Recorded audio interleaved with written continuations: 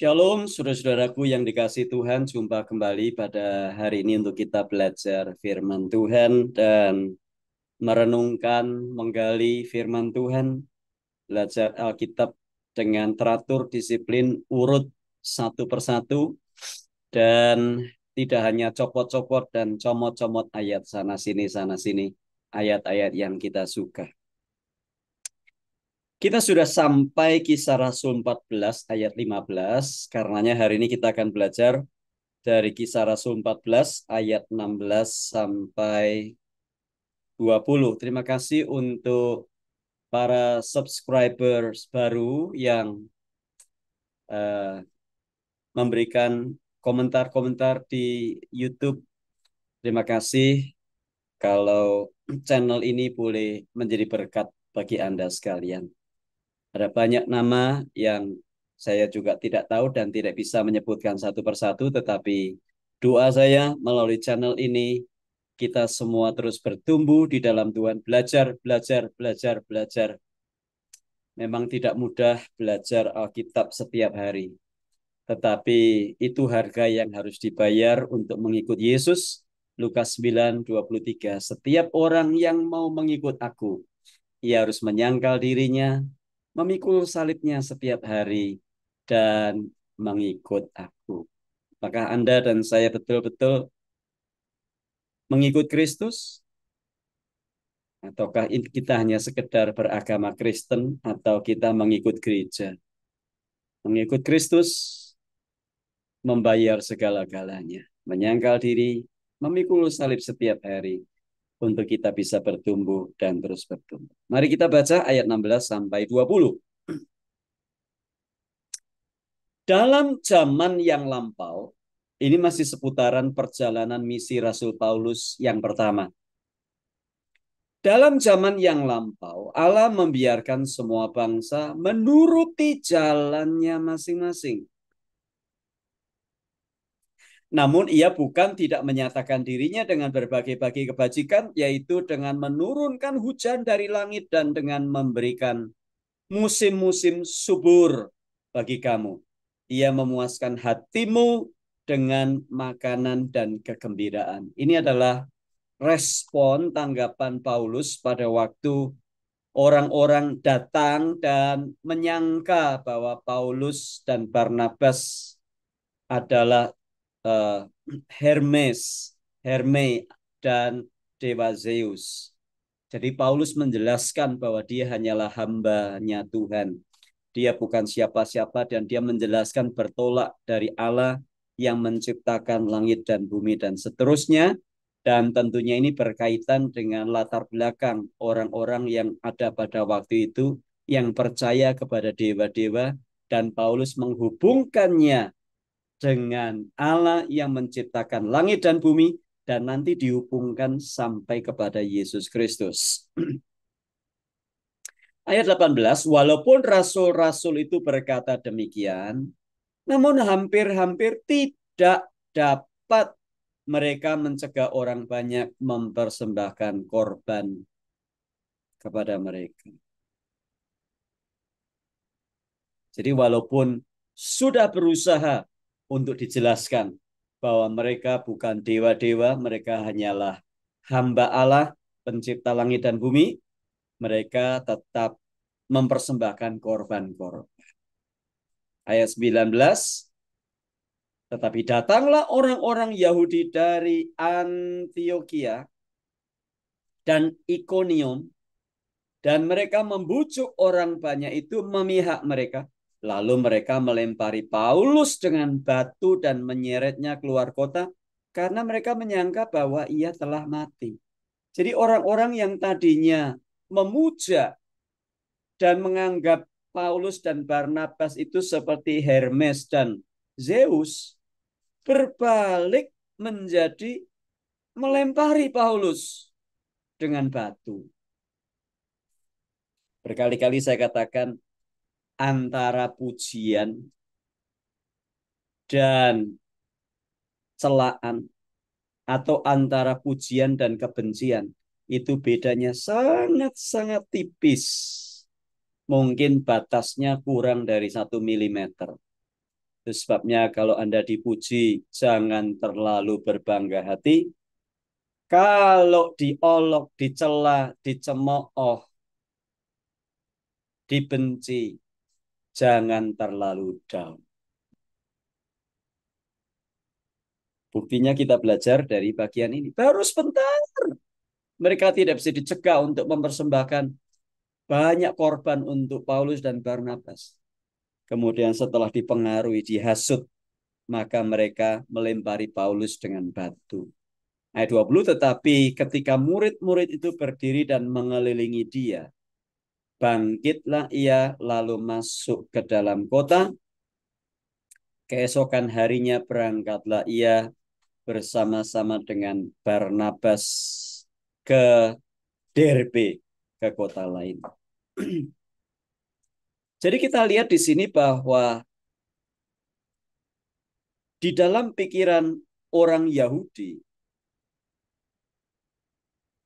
Paulus adalah nabi atau rasul atau seseorang yang memproklamirkan diri dan membawa orang untuk menyembah Allah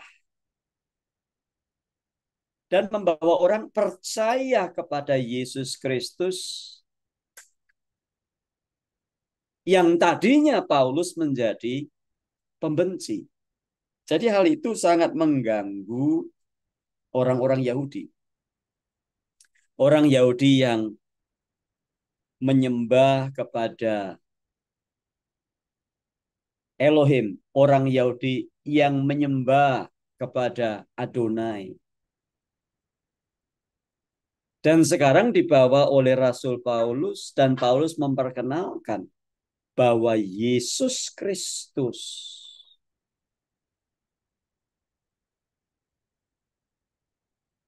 adalah anak Allah, adalah Allah yang menyelamatkan.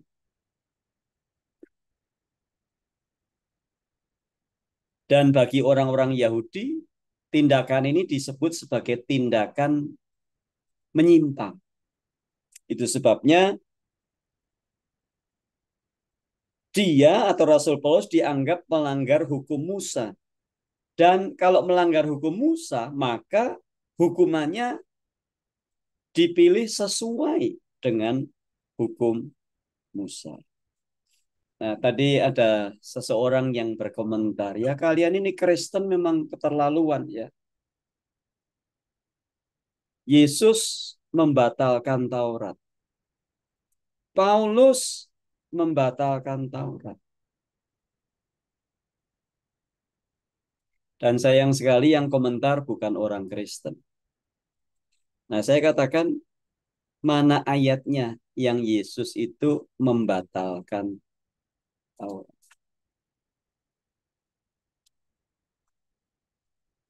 Tidak ada ayat manapun di dalam Alkitab yang mengatakan bahwa Yesus membatalkan Taurat. Yang ada adalah Yesus menggenapkan Taurat. Dan inilah yang diambil oleh Rasul Paulus, sehingga Rasul Paulus menyebutkan sunat hati lebih penting daripada sunat jasmani. Nah, sekarang beredar ya video-video yang mengatakan atau mengajak, ayo, Kristen itu bukan pengikut Yesus, katanya begini. Pengikut Yesus yang sesungguhnya itu kami, karena kami disunat, kami tidak makan babi, lalu kami kalau mati dikafani. Nah, ini sebetulnya usaha-usaha penistaan agama dan usaha-usaha uh, menyesatkan orang dari kebenaran. Kita lihat bahkan Tuhan Yesus sendiri berkata, silakan Anda baca nanti Matius 5, bahwa Yesus tidak membatalkan hukum Taurat. Yesus menggenapi.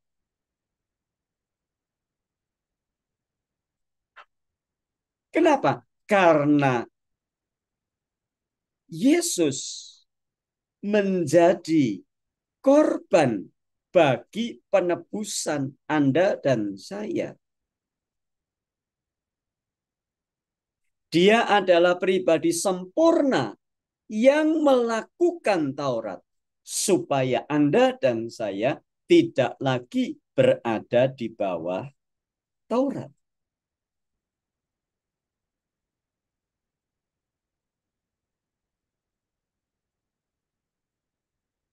Apakah berarti Taurat sudah tidak berlaku lagi? Ada bagian-bagian hukum moral. Karena di dalam Taurat ada hukum upacara, ada hukum moral kalau kita pelajari dengan baik-baik. Hukum moralnya masih berlaku. Coba kalau Taurat hukum moralnya tidak berlaku. Jangan membunuh. Oh, berarti Taurat tidak berlaku. Ya. Kalau Yesus membatalkan Taurat, berarti kita boleh membunuh orang dong. Jangan mencuri.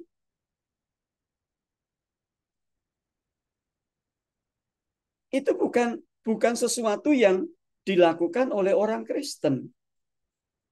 Nah, inilah itu sebabnya kalau kita lihat, maka Rasul Paulus dirajam dilemparin batu.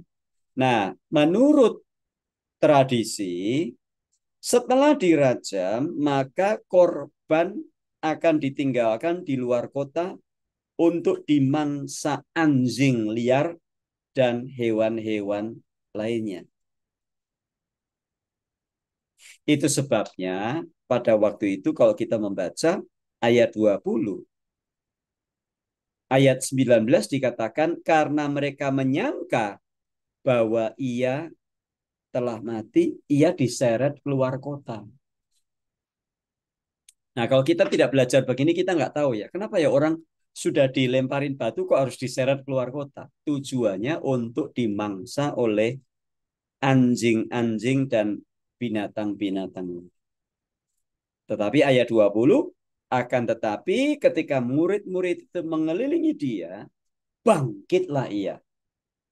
Lalu masuk ke dalam kota, keesokan harinya berangkat dengan Barnabas ke Derbe.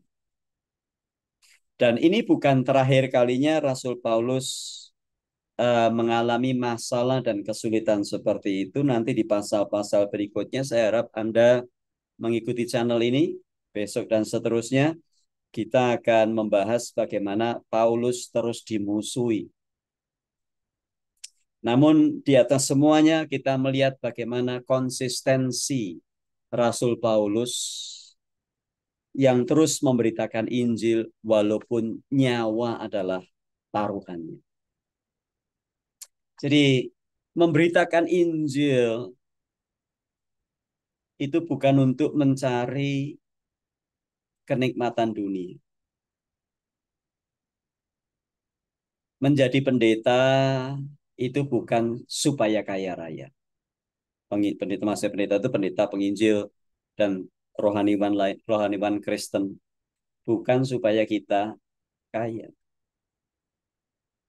Berkali-kali saya menegaskan kepada beberapa orang yang minta pendapat saya, hamba-hamba Tuhan, saya katakan kalau mau jadi kaya jangan jadi pendeta.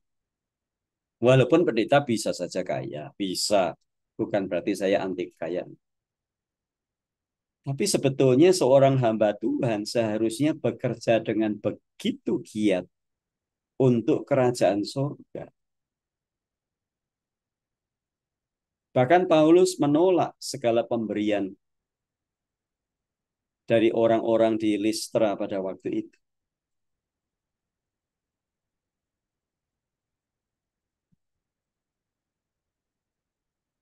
Inilah panggilan kita. Bahkan kadang-kadang kalaupun harus menderita,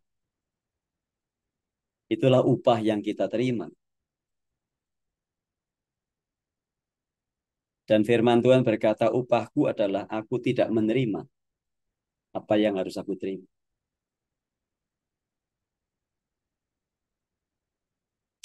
Kiranya ayat-ayat ini menginspirasi kita, menolong kita untuk merenungkan kembali apa sih arti pelayanan.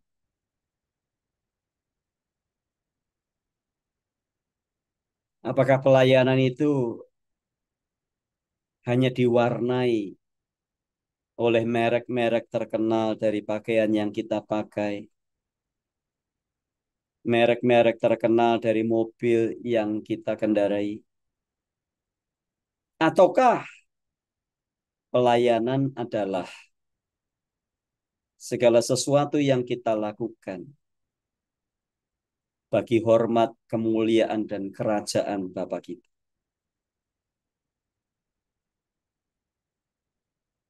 Kiranya ayat-ayat ini memberkati kita semua. Mari kita berdoa. Terima kasih Tuhan buat firman-Mu hari ini. Biar firman ini mendorong kami untuk kami sungguh-sungguh mengutamakan dan mencari kerajaan Allah dan kebenaran.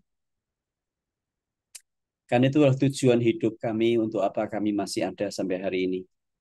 Bukan sekedar menikmati dunia,